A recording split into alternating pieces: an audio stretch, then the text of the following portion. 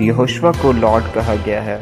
क्या यहोशुआ खुदावंद है और खुदावंद का मतलब यहोवा ही है? तो फिर आइए देखते हैं कि इसके लिए जो ग्रीक वर्ड है या स्ट्रॉन्ग है वो क्या है। तो लॉर्ड के लिए जो स्ट्रॉन्ग है वो 2962, जिसको ग्रीक ज़ुबान में कुरियोस कहा जाता है, जिसका मतलब निकलता है लॉर्ड, मास्टर या सर।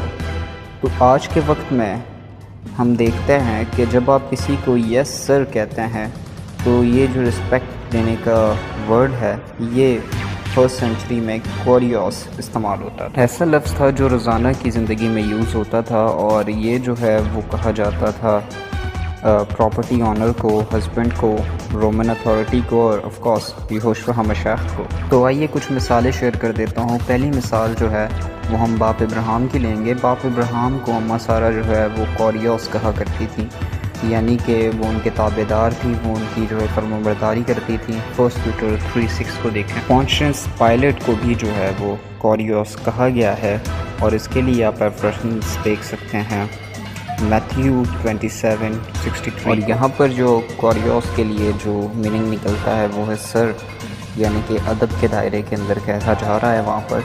और फिर इसी के साथ हम देखते हैं कि यीशु मसीह के जो एक पैरोकार, उनके जो शागिर्द हैं, उनको भी जो है वो कोरियोस कहा जा रहा है, यानी कि फ़िलिप को कहा गया है ग्रीक्स की तरफ से, जिसके लिए आप देख सकते हैं जॉन 12:21 को। इन मिसालों से ये ज़ाहिर होता है कि कोरियोस ये जो लफ्ज़ है ये इंसानों के लिए भी इस्तेमाल हुआ है। ये टाइटल जो है वो इंसानों को भी दिया गया है और मसाया को भी दिया गया है। तो कोरियोस के लिए जो है वो हम देखते हैं कि ये ह्यूमंस के लिए इस्तेमाल हो सकता है और इसके लिए जो है वो उनको यहोवा कहलवाने की ज़रूरत नहीं है या यहोवा नहीं वो बन जाते कोरियोस होने से। जैसे कि मसीह के साथ भी कोरियोस आने के साथ जो है वो उनको यहोवा नहीं वो कलाम ज़ाहिर कर रहा।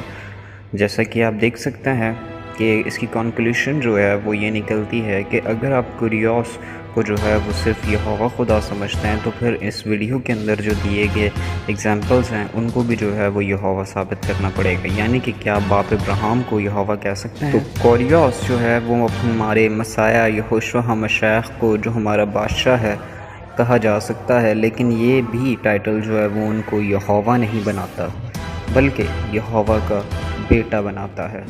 Thank you for watching. Subscribe कीजिएगा, शेयर कीजिएगा, अपना ख्याल रखिए। शलोम।